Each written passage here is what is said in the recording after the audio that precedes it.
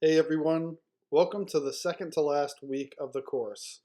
This week, all of the resources that I've provided in week 15 are about editing and revising, because right now we're between the rough draft, which I've given you notes on, and your final draft, which is due next week.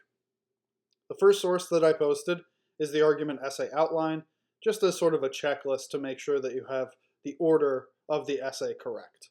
So you want your introduction with your thesis statement as the last part of your brief introduction, a context section, your two reasons backing up your argument, the counter argument, and a brief conclusion. The essay outline indicates this and gives sort of a page range that you should be aiming for in order to get to the 5 to 6 pages required. The sources that I provided underneath are some repeat sources and some new sources from your textbook and from other sources. The first one's from Critical Reading, Critical Writing, about how and why to cite information.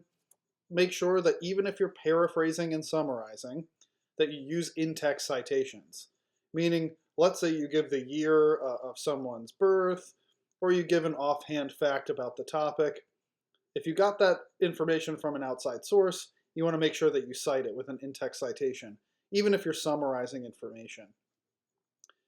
The source below that is about quoting, paraphrasing, and avoiding plagiarism. So that'll outline, when quoting is appropriate, paraphrasing is easier, and how to avoid plagiarism by giving the in-text citations. The next source is Tips for Effective Proofreading. This is once you have your complete draft and you maybe have edited some of the notes that I've given into the existing part of the essay. You've completed your counter argument and conclusion. This source will help you kind of figure out where to begin.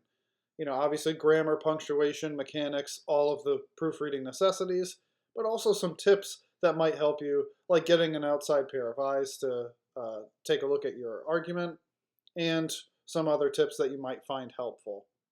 The final source is the Purdue University Online Writing Lab, the MLA formatting section.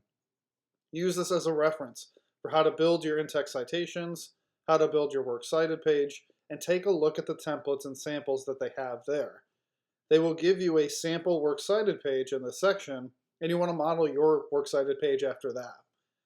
If you go to in Word or in Google Docs, if you highlight your citations and go to the paragraph button or right-click and hit line and spacing options, it will give you an option to put those sources into a hanging indent automatically. So make sure you look out for that as you're working. Finally, we have our discussion posts, this one focusing on the editing and revising process. What were some of the strategies you used? What techniques did you use to refine maybe your explanations, your introductions to quotes, any transitions? And what was the biggest change that you've seen from the beginning of the essay writing process to the end? As always, please reach out through email if you have any questions. If you want to make a virtual office hours appointment, again, reach out through email. And I'm excited to read what your revisions have been, what the changes have been. And of course, I can't wait until next week to read your final essays.